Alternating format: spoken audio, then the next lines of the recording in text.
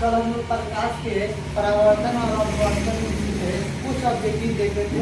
आज भी कुछ ऑब्जेक्टिव देखे रहे हैं जो बहुत इम्पोर्टेंट है, वो आपके सामने खुद हम मेहनत कर बताते हैं। देखिए करें प्रकाश के परावर्तन के कितने नियम होते हैं। तो प्रकाश के परावर्तन के दो नियम होते हैं। प्रकाश के परावर्तन के दो नियम होते हैं, आपतित किरण, परावर्तित किरण तथा आपतन बिंदु पर खींचा गया लंब, तीनों एक ही समतल में होता है। और दूसरा एक नियम होता है आपतन कोण इक्वल टू परावर्तन कोण, ठीक है। और यहाँ आप देखिएगा प्रकाश से एक और वो भी बराबर होता है। प्रकाश के परावर्तन के भी दो नियम होते हैं और प्रकाश के अपवर्तन के भी दो नियम होते हैं। तो इसको याद रखिएगा लोग कि प्रकाश के परावर्तन के दो नियम होते हैं, लेकिन प्रकाश के अपवर्तन के भी दो नियम होते हैं। आगे चलिए, दो नंबर का है समतल दर्पण में वस्तु दूरी और प्रतिबिंब दूरी में संबंध क्या होता है। तो समतल दर्पण में वस्तु दूरी और प्रतिबिंब दूरी में संबंध होता है वस्तु दूरी इक्वल टू प्रतिबिंब दूरी। वस्तु दूरी और प्रतिबिंब की दूरी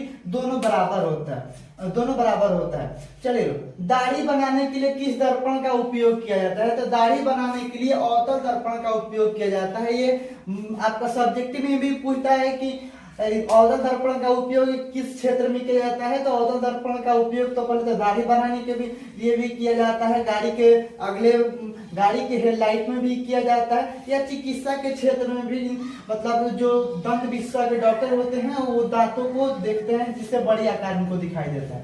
चलिए कांच का अपवर्तनांक होता है 1.5 कांच का अपवर्तनांक होता है 1.5। उसी तरह पानी का अपवर्तनांक होता है 1.33।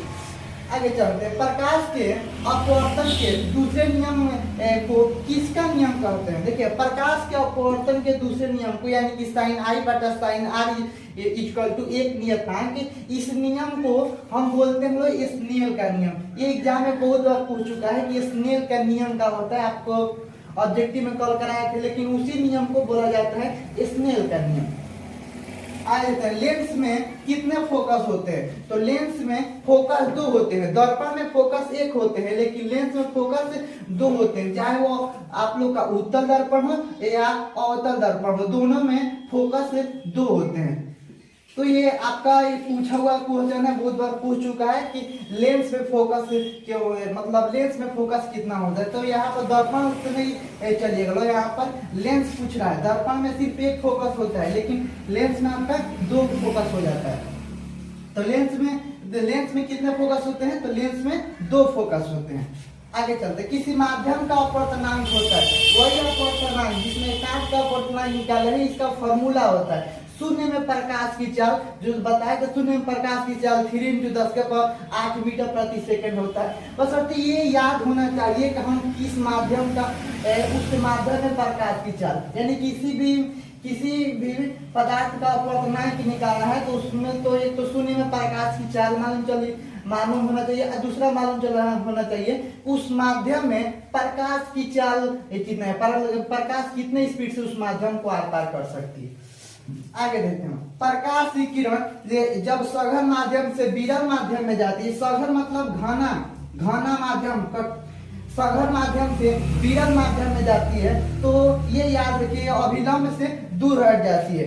आप लोग को बता दें कि अगर सघन माध्यम यानी कठोर माध्यम है, मान लीजिए जैसे कि एक कांच है, ये सघन माध्यम है, किसके तुलना में, हवा के तुलना में। याद रखिएगा लोग तुलना किससे कराया जा रहा है, तुलना याद रखिएगा हवा से के साथ कांच का तुलना कराया जाए तो हवा हो जाएगा विरल माध्यम और कांच का हो जाएगा सघन माध्यम। तो इसका कांच सघन माध्यम हो गया और हवा का हो गया विरल माध्यम। तो हवा जब हवा से प्रकाश की किरणें आप लोग को जब सघन माध्यम में जाती है, सघन माध्यम से विरल माध्यम में जाती है, यानी कि कांच से आप लोग हवा, कांच को पार करते हुए हवा में जब निकलेगी तो अभिलंब से ये अभिलंब की ओर मुड़ेगी नहीं, अभिलंब से दूर हटेगी। देखिए उसके बाद है अभिलंब से दूर हटेगी, यानी कि प्रकाश की किरणें जब सघन माध्यम से विरल माध्यम में जाती है तो अभिलंब से दूर हट जाएगी। उसके बाद है प्रकाश की किरण जब विरल माध्यम से सघन माध्यम में जाती है तो अभिलंब की ओर मुड़ जाती है। इसको ये वही है कि आप लोग का विरल माध्यम हो गया हवा, हवा हो गया, उसके बाद सघन माध्यम हो गया कांच। यहाँ पर थोड़ा ध्यान दीजिए, विरल माध्यम हो गया हवा और सघन माध्यम हो गया कांच। ये पूछ रहा है कि विरल माध्यम तो सघन माध्यम, यानी कि विरल माध्यम, विरल माध्यम तो सघन माध्यम में जाएगी, यानी कांच में एंट्री करेगी तो अभिलंब की ओर मुड़ जाती है। अभिलंब यानी कि स्पीड इसका क्या होता है, कम हो जाता है। तो विरल माध्यम से प्रकाश की किरण जब विरल माध्यम से सघन माध्यम में जाती है तो अभिलंब की ओर मुड़ जाती है, अभिलंब की ओर, यानी कि उसकी प्रकाश की गति क्या होती है, धीमी हो जाती है। इतना ऑब्जेक्टिव। चलिए अब आगे देखते हैं। 11 नंबर कह रहा है कि 10 तक देख चुके हैं ना, अभी देखिए 11 नंबर देखिए। किस लेंस को अभिसारी लेंस कहते हैं? अभिसारी लेंस, इस नाम को थोड़ा गौर डालिएगा। अभिसारी लेंस कहते हैं तो उत्तल लेंस को अभिसारी लेंस से कहते हैं। उत्तल लेंस का, उत्तल लेंस में क्या होता है कि सभी जगह से किरण पुंजे आकर एक बिंदु पर का होती है, मिलती है लोग, तो उसको हम लोग बोलते हैं लोग उत्तल लेंस में। अभिसारी आने वाली, अभिसारी आने वाली तो बताइए क्या अभिसारी लेंस, अभिसारी आने वाली है, यानी कि उत्तल लेंस है। उत्तल लेंस में क्या करता है, एक बिंदु पर केंद्रित करता है, जबकि अवतल लेंस से क्या करता है, अवतल लेंस उससे आने वाली किरणों का करता है, प्रसारित कर देता है, काल्पनिक रूप से मिलाकर दिखाया जाता है। किस लेंस को अभिसारी लेंस कहते हैं? तो उत्तल लेंस को अभिसारी लेंस कहते हैं। आगे चलते हैं। किस लेंस को अपसारी लेंस कहते हैं? अपसारी लेंस कहते हैं। तो अवतल लेंस को हम लोग अपसारी लेंस कहते हैं।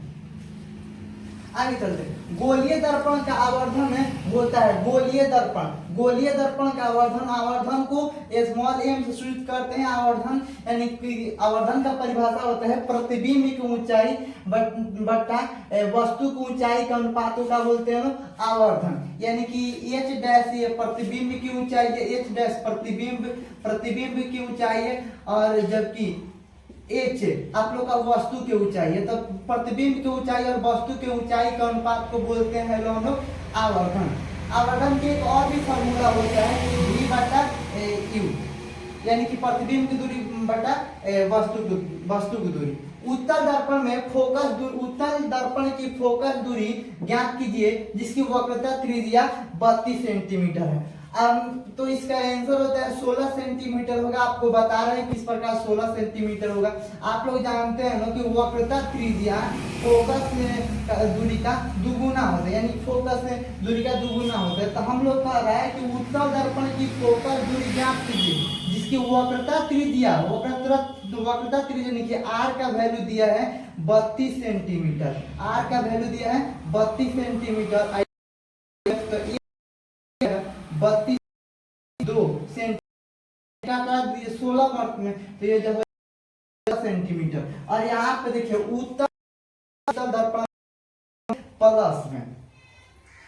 चले निम्न में से कौन सा पदार्थ है लेंस बनाने के लिए प्रयुक्त नहीं किया जाता है? किया जाता है नहीं किया जाता है। इस पर थोड़ा ध्यान दीजिए। जल से भी आप लोग लेंस, एक जल भी लेंस की तरह व्यवहार करता है।